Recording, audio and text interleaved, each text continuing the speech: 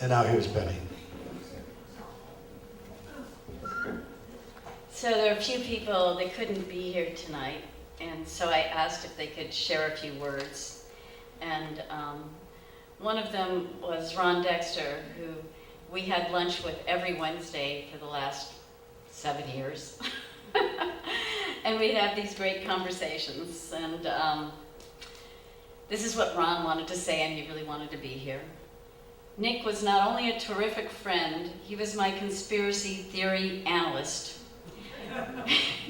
Whenever I heard another conspiracy that was too extreme to believe, I would check with Nick.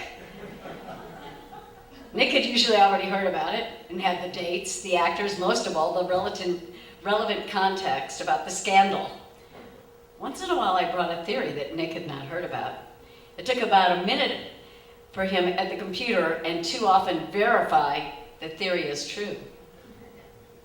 The people who want to keep us in the dark and distracted use the label conspiracy theory to bury the truth as just another conspiracy theory, such as 9/11, other conspiracies. You know, that other half of the 3% of scientists who claim that global warming is still a theory are also on the payroll of the energy companies. Sorry to bring up such issues at a memorial, but I will always remember Nick as a fighter for the truth. With Nick gone, we have to fill in for Nick and take care of Penny and her efforts to make the world a better place. Sorry, I could not be here, Nick.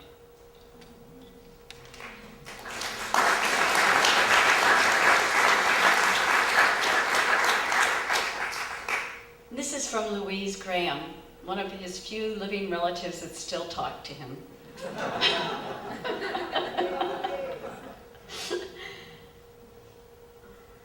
There was always wild excitement in the house as children when our rock star of an uncle came to stay with us in London. Bets were placed on the color of his hair. Invariably, he was on a fleeting visit en route to some exotic and far-flung place in between gigs. But the 48 hours he hung out with us were always pretty memorable. Nick's laughter was that too. We will always remember his laugh. The highlight of spending Christmas at our grandparents' in Herefordshire were Nick's indoor fireworks.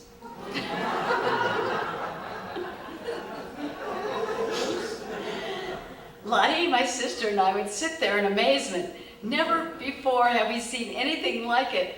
Mom said that Nick was always a bit of a pyromaniac. She used to recall him trying to set a light to his farts when they were children growing up, which used to set us off into a fit of giggles.